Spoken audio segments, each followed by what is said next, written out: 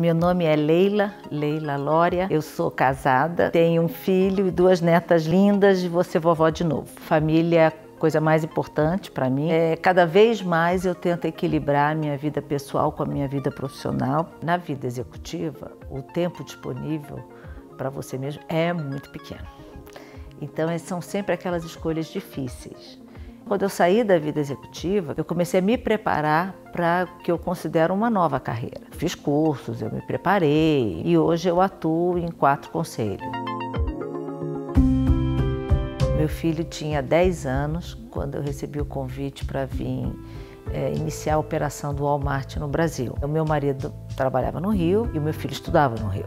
Fiquei 6 meses sozinha aqui e depois o meu filho e meu marido vieram. Eu nunca tive pressão assim de família, mas infelizmente naquele momento as mulheres às vezes reagiam negativamente. No fundo de um pouco de frustração de não estar conseguindo fazer as 2 coisas. Cada vez mais a formação é fundamental e constante, permanente. Ninguém pode achar que está preparado eternamente. Uma vez certificado não quer dizer que daqui a 10 anos você esteja preparado para ocupar aquela função. As coisas mudam muito rapidamente. As pessoas não é só formação, tem que ter muito network. Então a gente faz eventos para poder encontrar, as pessoas se encontrem, as pessoas se conheçam, tá?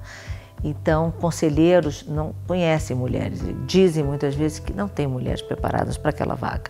Então, a gente faz esses encontros para que eles possam encontrar as pessoas, conhecer. Oba, existe, até existe, né? Mas é impressionante como falam pessoas muito preparadas. Não, eu tentei, mas não tinha nenhuma mulher. Por que você não tem nenhuma mulher no conselho? Porque não existe mulher com o perfil, com as características que eu preciso.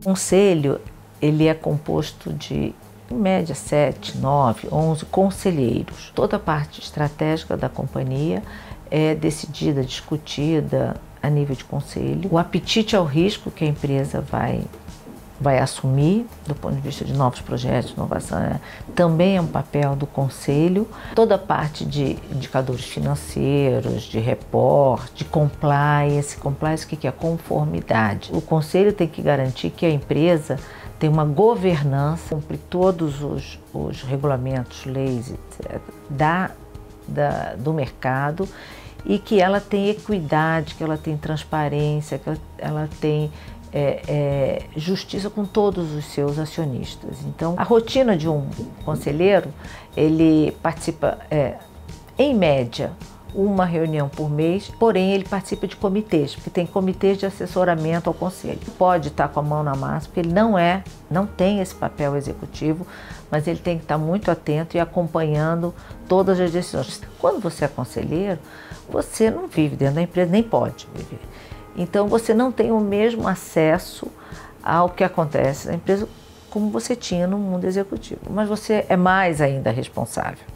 Porque se você trabalha numa empresa e não é diretor estatutário, você não tem algumas responsabilidades. O conselheiro é sempre estatutário, conselheiro de administração, e ele tem sempre essas responsabilidades. Então, esse é um desafio enorme, que não só para mim, mas para todos os conselheiros, ele gera um desconforto. Então, a gente tem que estar muito atento para ter certeza de que a empresa inteira está agindo de forma correta. Recentemente, todo o Conselho de Administração e todo o Conselho Fiscal foi responsabilizado por uma demonstração financeira que não estava fidedigna. E dependendo da gravidade, você pode ser desabilitado a atuar no mercado financeiro. Por exemplo, tem uma empresa que um dos sócios, dos acionistas, presta serviço para a empresa como um todo. Então, na prestação desse serviço para a empresa, tem que garantir que está sendo feito em condições de mercado, senão você está prejudicando os outros acionistas. Esse outro acionista pode entrar com uma ação na CVM dizendo que você privilegiou um dos acionistas.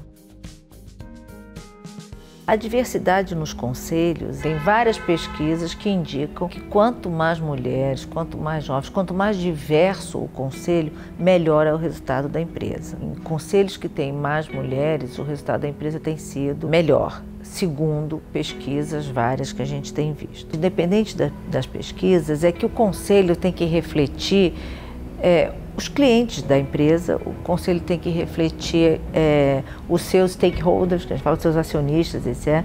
E por isso ele tem que ser diverso. E muitas vezes são empresas que lidam com mulheres. E se o conselho participa de toda a estratégia da companhia, é fundamental que os seus clientes, sua comunidade de clientes esteja refletida no seu conselho, né? Quanto mais diverso o conselho, mais difícil chegar a um consenso. Se você está no meio de pares que pensam parecido, o consenso é muito mais rápido. No caso, por exemplo, de projetos inovadores, a gente sabe que não tem uma única resposta, não tem um único caminho. E muitas vezes a discussão num conselho é para criar novas ideias, mas o ponto negativo que sempre se levanta é que torna as reuniões mais lentas, mais demoradas, tem que alinhar com muita gente, mas, de novo, no final acaba gerando decisões melhores.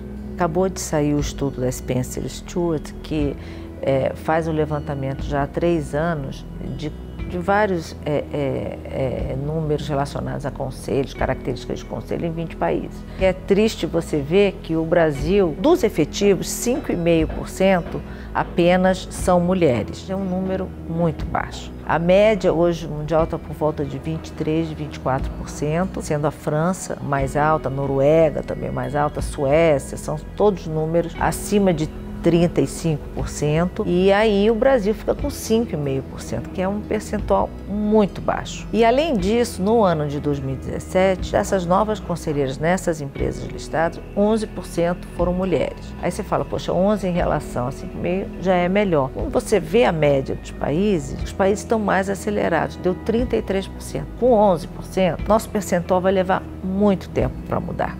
Então, é toda uma mudança da sociedade que eu acho que vai fazer com que as mulheres consigam ter pelo menos um pouco mais de equidade na comparação com o homem. Então, elas não são indicadas, elas são menos conhecidas, porém não menos competentes. Hoje o número é assim muito pequeno porque acaba sendo as pessoas que já se conhecem, os mesmos conselheiros e que se indicam mutuamente.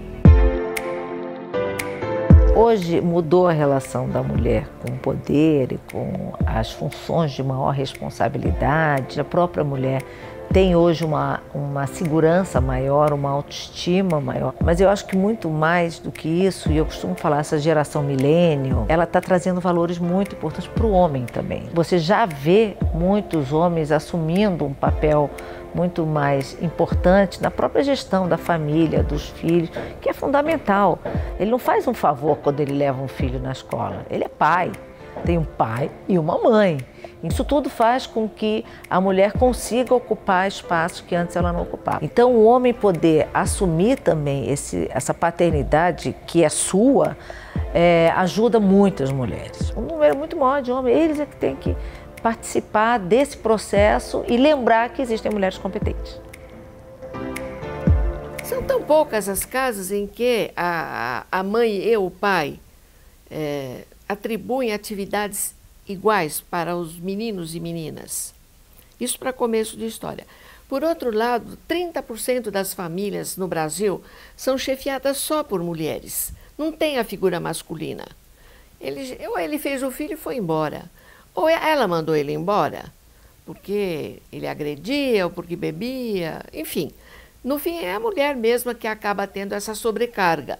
E isso ela acaba, de uma certa maneira, transferindo para os filhos e para as filhas.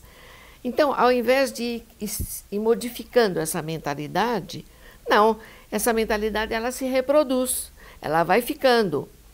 E é muito complicado você romper com isso. A gente tem uma sobrecarga.